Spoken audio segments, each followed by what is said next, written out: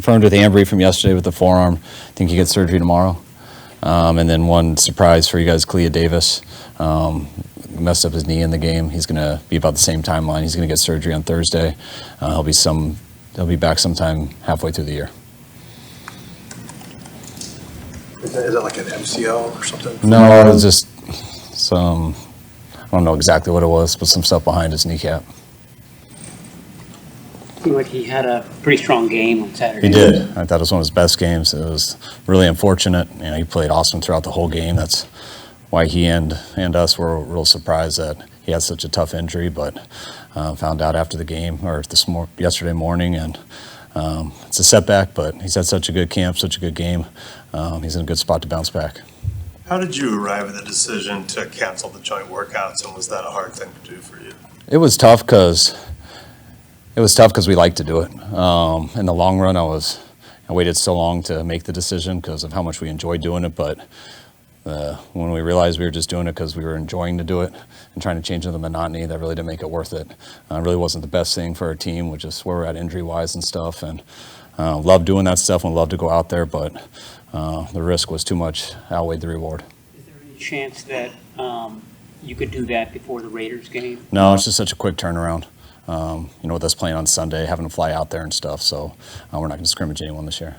How much, in addition to that, canceling the joint practices, how much do you have to kind of mix around with the schedule, just the practice schedule, to take care of your team at this point? That's kind of what I did today.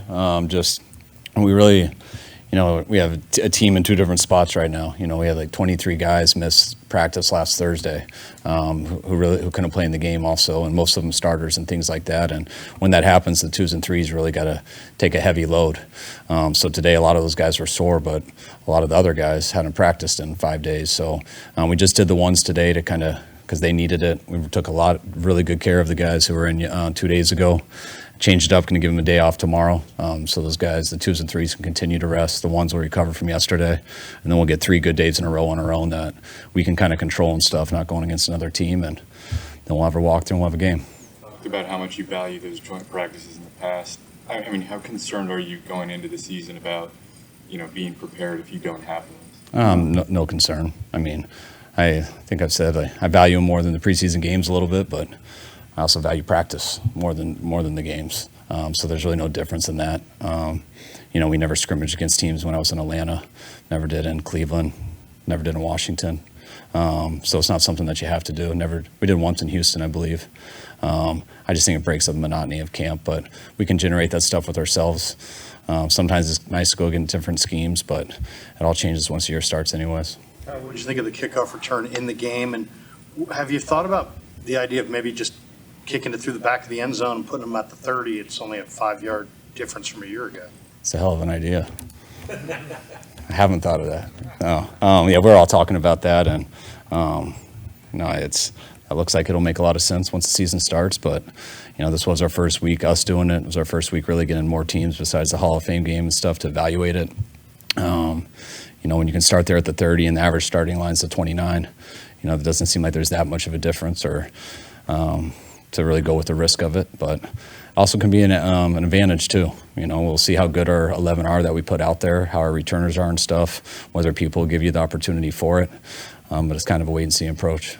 I know how much you love watching special team stuff. Have you spent more time on it because of this than you normally would in training camp? Yes. That especially because it's just something that we haven't seen, and it's something we've got to keep discussing, and just the spacing of it and stuff, I think, seems closer to more of an offensive play than a special teams play. So there are some similarities in that, but, there's so much unknown. So, the special teams guys have been doing this for a long time, and I always believe the key to special teams is just being sound.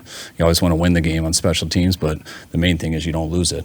And when you're experiencing with new things like this, there's a lot of unknowns, and that's why we all got to be very involved in it. What's Chris Conley's value on special teams, but also at split end without Brandon here?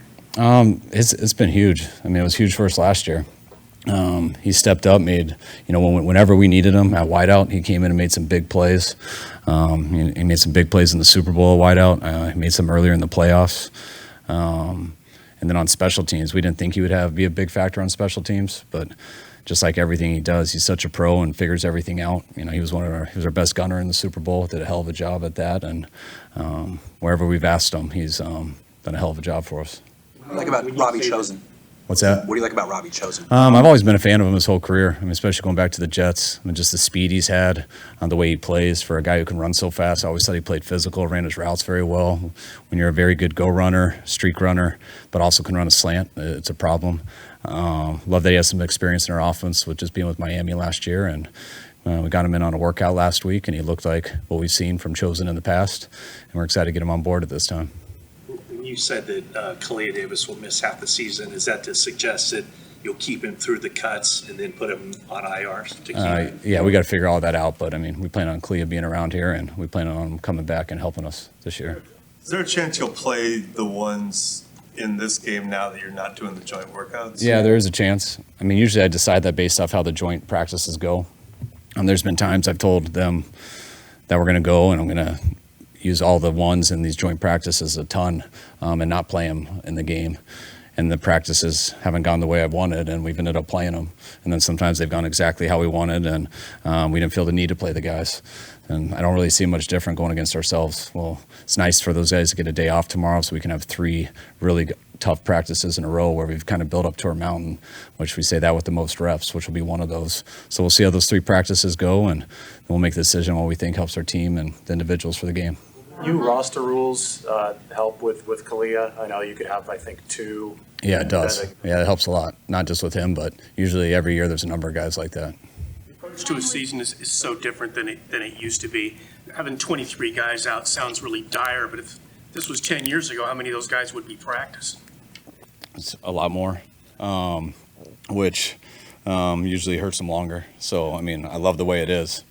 You want to push guys to get in because it's so important to build that callus and go through all this so they don't have to do it during the season. When you're having to need guys to build that on a Wednesday, Thursday, Friday, that doesn't always help for Sunday. So it is more of a challenge. It's nice that you get to keep 90 to the final cut so you don't have to mess around with that. And it helps so much more just being able to keep 16 guys on practice squad as opposed to the past. But we also don't go 2 practices in a day, which sometimes helps people, but sometimes when we used to go 2 practices a day, everyone was so tired and slow, it was harder to get hurt because no one could move that fast. So you've been on both sides, and definitely like the way it is now. I mean, it's smarter the way it is now, but there's some give and take with everything. Forster said last week that Pooney has been, though he thought he was going to be good, there's a reason he was drafted, but a little better than he expected at this point. Is that in line with kind of your assessment?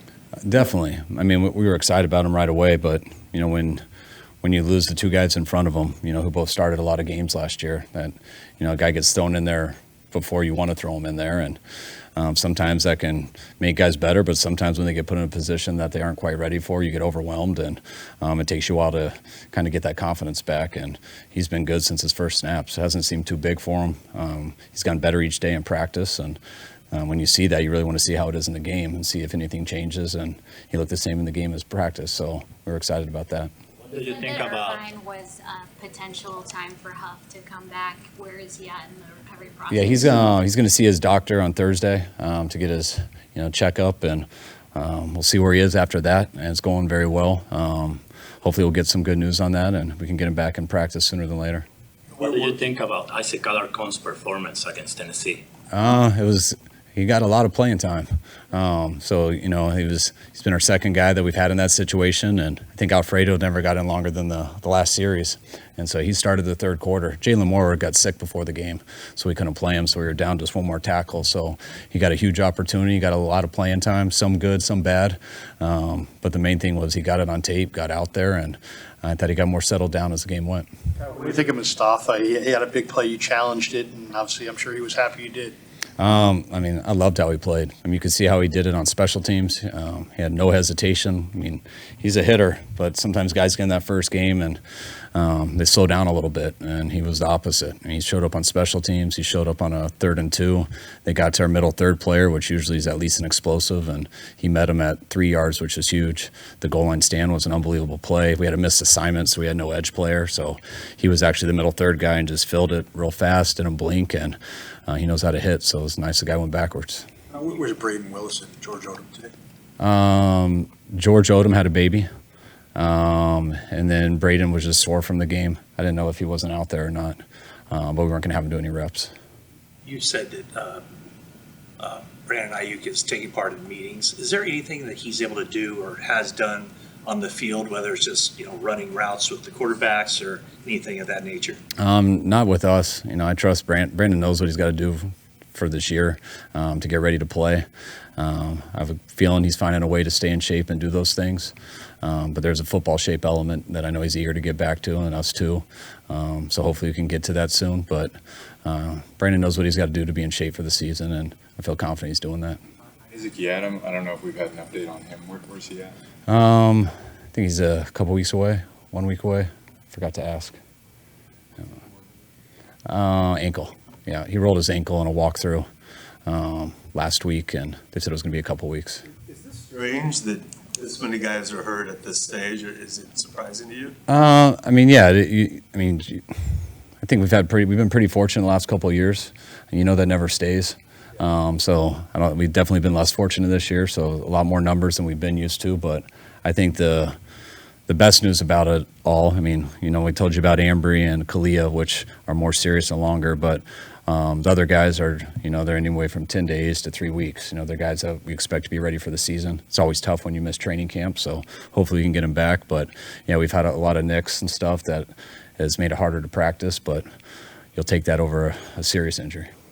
Feliciano, what's his timetable? He's day-to-day with that. I'm hoping. Oh no, he's not day-to-day. He's not coming back this week. Forgot to check before he came, but he's not coming this week. What was his thing? Just knee. Every time I say words, guys don't like them. So it's not an ACL, it's not an MCL, it's just knee soreness. Is that good for you? Is it irritation, soreness, doesn't feel right, and we're trying to give him time to get it better. With him not practicing and Burford not practicing, is kind of the onus on Pooney? Those guys. Is the door wide open for Pooney to take it if he can see? Yeah, definitely. Anytime somebody gets starter reps, it's always open. You don't just give it away and stuff, and but it's always an opportunity. And people get opportunities, and you see how they take advantage of it, and he's doing a hell of a job so far. All right, thanks, guys.